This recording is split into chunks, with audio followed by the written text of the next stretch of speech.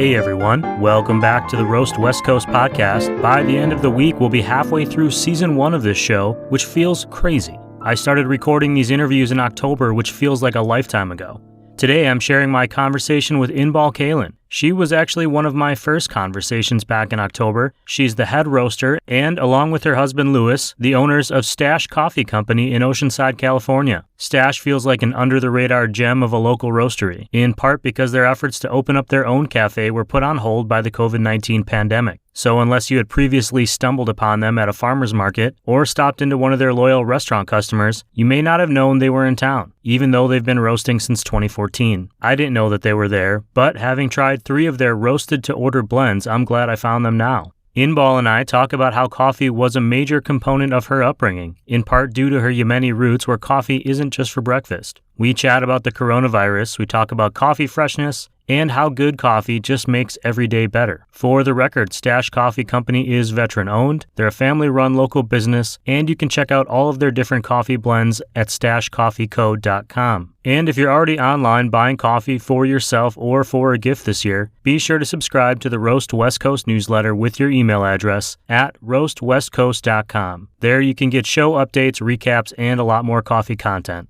Before we get into this show, I wanted to give you some details about a new promo available for listeners of the Roast West Coast podcast. You can actually get your first bag of coffee free from Libra Coffee when you sign up for a subscription using the promo code OneWildLife at libracoffee.com. That's OneWildLife, all one word, all spelled out lowercase, at libracoffee.com. With a subscription, you'll get coffee beans on your schedule, and with every order, you'll help provide clean water for those in need. You can learn more about Libra's charitable clean water efforts on libracoffee.com. And now, it's time to pour myself another cup of coffee, and here's the show. Good morning. Hi, Ryan. Hi, Inbal. How are you today? Yes, good. Good morning. Good. How are you? I'm doing great. Thanks for joining me on the Roast West Coast podcast. I really appreciate it. No, thank you for approaching me. Our pleasure. So you are the co-owner and co-founder with your husband of Stache Correct. Coffee Company, Stache like mustache. And I think Exactly. I think the first thing I need to know is where did the name come from and why choose that as your name? It's pretty distinctive. Yeah, okay. Well, there's many reasons why we got to this name, but mostly we had like a really close friend that started like the business before we even came along. We were both kind of working on the name situation because it was kind of like a debate, which name will go better. But since he had a mustache and my husband back in the day used to walk with a mustache a little bit. So we thought it would be kind of like hippie cool to combine it with the coffee name. So, we started like we really want to open a coffee shop before we even thought about the roastery. And we wanted to call it Stache Coffee Shop. So it was kind of like, we started like that. And then we thought it would be cool to call it Stache just, because we all like really like the mustache type. It's a really distinctive kind of name, but it's also just kind of lighthearted, I think, which gives people it's kind of just like a fun, welcoming name as well. And so you mentioned you wanted to start a coffee shop before the roaster even came along.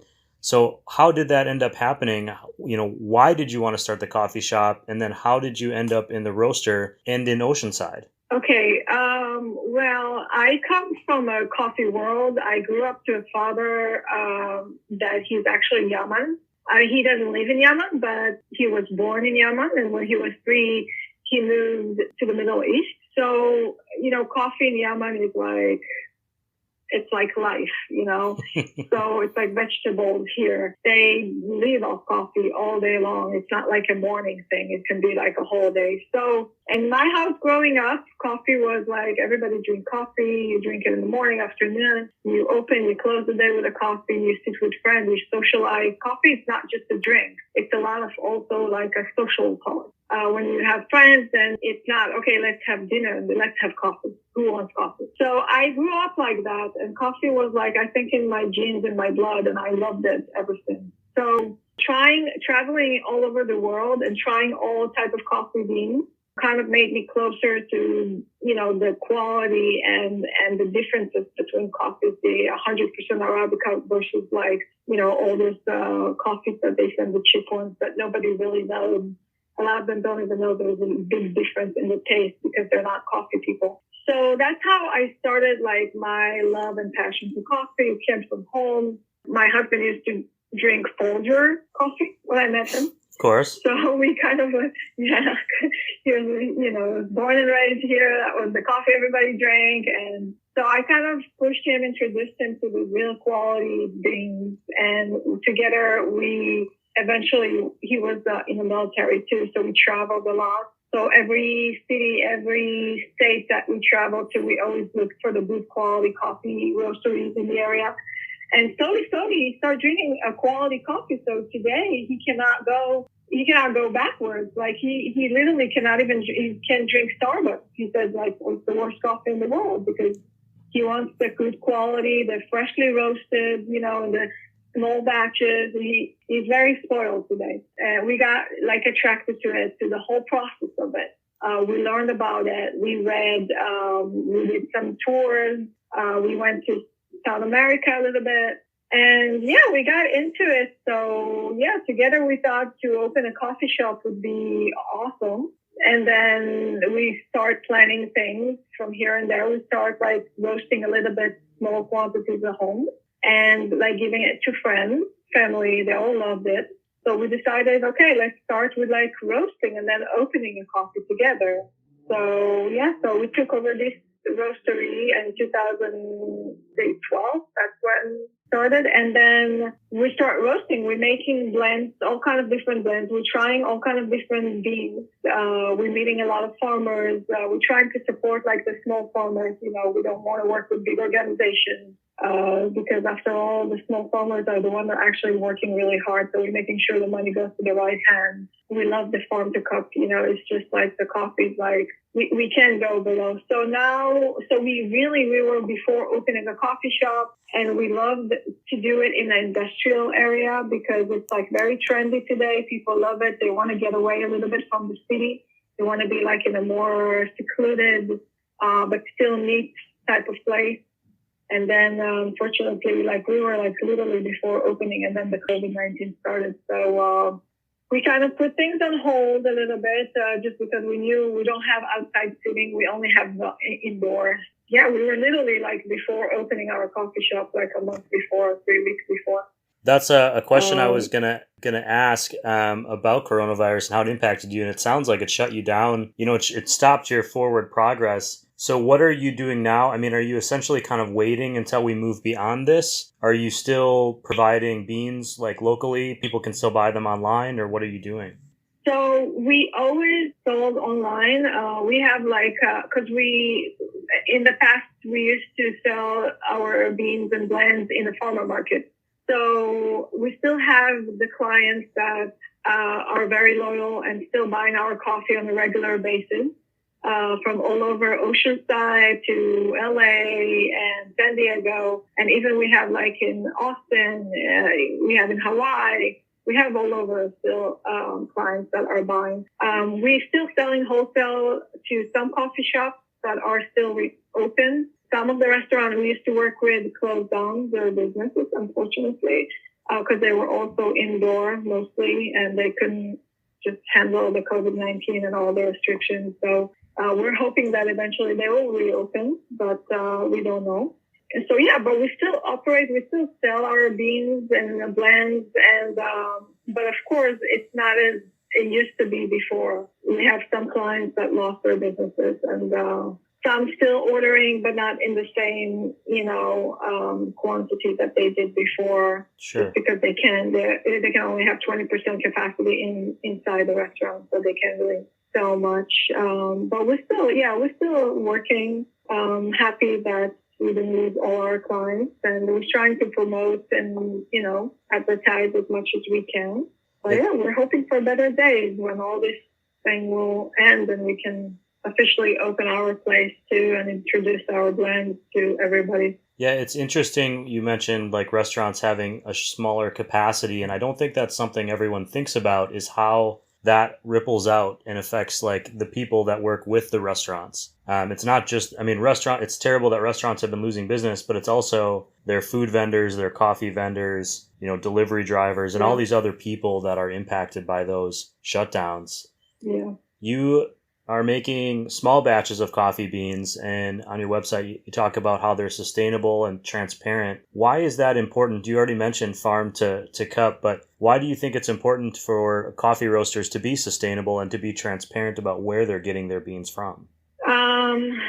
Because I think, first of all, like today, I think when you go to a grocery store and you buy something, you check the ingredients, right? You want to see what you're buying. Today, there's more knowledge about, okay, what do I put in my mouth before I actually just take everything? We want to see, of course, like all the ingredients, or we want to see how fresh it is. We want to see where it comes from. So I think today people have more knowledge about the coffee beans too, like especially people that really love coffee. And people looking for, just like you go to a bakery, you don't want to eat those, bread that has so much preservative. You want to buy the fresh bread, right? That is not going to harm your body. The same with beans.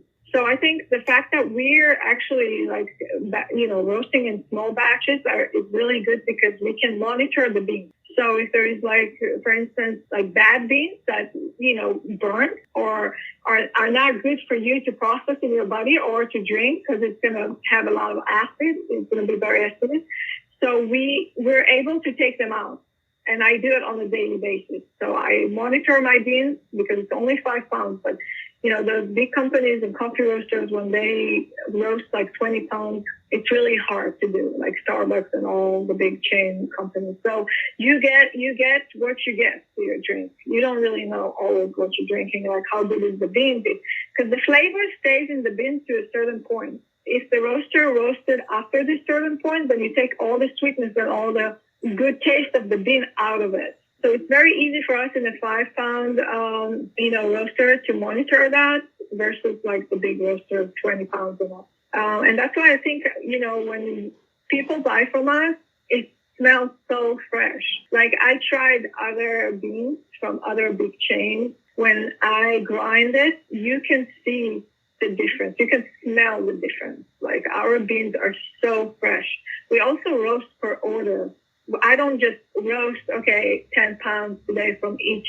I roast per order. Okay, we say, today we have 20 orders, and then we have wholesale order, and that's what we roast every day. So everybody gets it fresh, literally straight from, the farm. You roast it, you get it, you drink it. It doesn't harm your body. It's good. It's tasty. It has a good flavor, good smell. And and every other thing that is quality and don't have preservatives and it's fresh.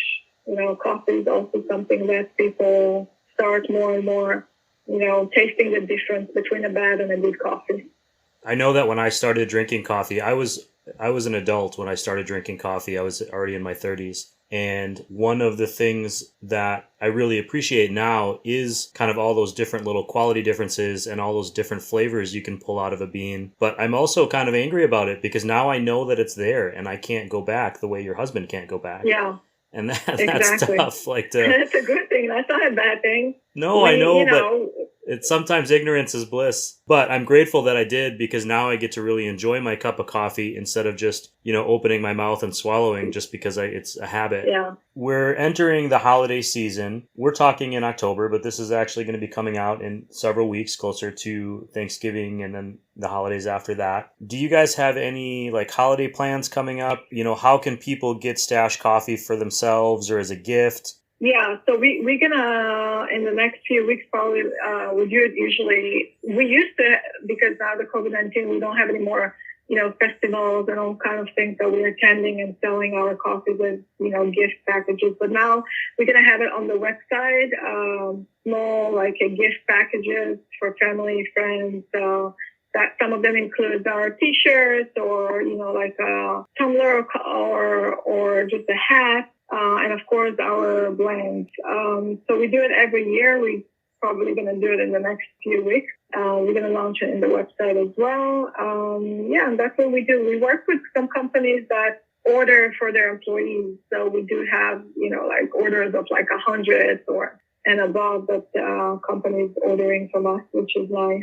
Kind of to support our business too. And it's nice. I think today to order and buy gifts from small businesses, it's also helping the businesses, of course. And I always like those small markets, all the handcrafted things, I think it's way more neat to just go to a chain store and get something that someone else got. But sure. So we're trying to be very neat also with our coffee and blends and sell those packages for the holidays. And we do it every year. And we're hoping this year will be just as good because it's online. So people don't have to, interact. I would think if you were any sort of business like a salon or a beard wax company, or there's so many men's grooming companies right now, like Manscaping, if you're listening to this, I think this is what you need to get your employees this year. And before I let you go, I got two last questions. One, sure. What is your favorite style of coffee to drink? And two, Anything else that you want us to know about Stache Coffee Company? Okay, my favorite coffee. Okay, so it changes because, like I mentioned, or maybe I didn't mention, but coffee is very seasonal. You have different beans every season. So I love trying every bean from every country. Like I love it. I just love trying new things. I'm more like a naughty chocolate person type of bean, but I like the fruity as well. So the winey type fruity bean. But my favorite is from Nicaragua, the red bourbon. It's one of my favorite coffee beans because they're not so sweet and they're not so acidic and they have some nutty chocolatey caramel taste to them. So I love making my cappuccinos with that. But I do have a different blend that I drink for my brewed coffee, for my pour over, which is like our special blend. We combine two beans that are usually from one part of Nicaragua and Mexico. So yeah, that's for my pour over coffee. And I also like Ethiopian. So I have like a different coffee for every hour of the day. But because I'm a coffee addict. So, and I'm a coffee snob too. Like I can't drink any kind of coffee. Like I have to drink my specific coffee. So, and what was the second question? Sorry. No, that's okay. Anything else that you want people to know about Stache Coffee, and I guess that's really it. Just anything you want us to know about Stache Coffee Company for anyone who listens to this. So we're a small company. We're business owned and family owned, and even my kids comes with me and roast sometimes. We love it. We have so much passion to the beans. We love every batch that we put so much love in every batch that we roast. We don't just roast to sell. We roast to make people enjoy and say thank you every morning that they have this quality coffee. We are veteran owned as well. My husband was, he served a few years in the military, and he loved the country, he loved the States, and we're just hoping that people would eventually understand. And the West Coast, I think, is more than any side of the United States that actually have a lot of knowledge about coffee. So we're happy about that. But we hope that people more and more understand that the smallest you roast, the better the coffee would be. Your cup of coffee in the morning. Well, sounds good. Happy that we have coffee.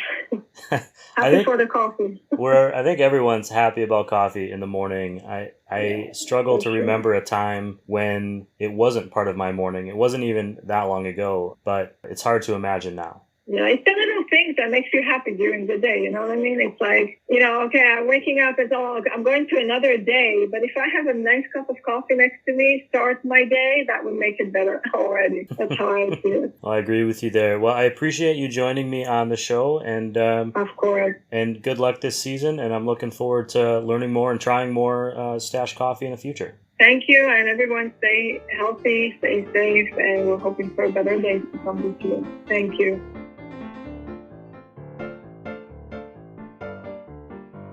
Hey everyone, thanks for listening to this episode of the Roast West Coast podcast. For me, chatting with Inbal really showcased how much coffee can be part of the fabric of our lives. From growing up in a coffee-loving family to exploring coffee around the globe with her husband to creating a career out of it and now introducing the roasting process to her own kids, coffee has been the through line in Inbal's life. Sharing that passion through the coffee she roasts really seems to inspire her work every day. If you're craving some coffee right now, head to StacheCoffeeCo.com to learn more about the coffees coming out of the company. If you're craving some coffee right now, head over to StacheCoffeeCo.com. You'll learn more about the coffees coming out of Stache Coffee Company, and you can pick up a few bags to keep you warm through the holiday season. If you have a mustachioed gentleman in your life, consider hooking them up with some Stache gear. That's it for today's show. On Friday, Chris O'Brien of Coffee Psycho will be back to talk to us through the ins and outs of coffee processing. And next week, I'll share my conversation with Brianna Briggs. She's the director of coffee and the head roaster at Leap Coffee in Carlsbad, California. We have a great conversation about the representation of women in coffee and how she ended up in the coffee business to begin with. If you want to share this show with a coffee-loving friend, just let them know they can search for Roast West Coast on any major podcasting platform, including Apple, Spotify, iHeartRadio, Amazon Music, Stitcher, TuneIn Radio, YouTube, and basically everywhere else. Thank you for listening to the Roast West Coast podcast. Don't forget to sign up for the newsletter at roastwestcoast.com. I'm starting the roast giveaways for subscribers this week, and you'll be able to find all of the promos there for discounts on or even free coffee from some of the great North County San Diego coffee roasters featured in the show. This episode of the Roast West Coast podcast has been produced and recorded by me, Ryan Wolt. Thank you for listening. Subscribe to the bonus content, try to stay sane, and as always,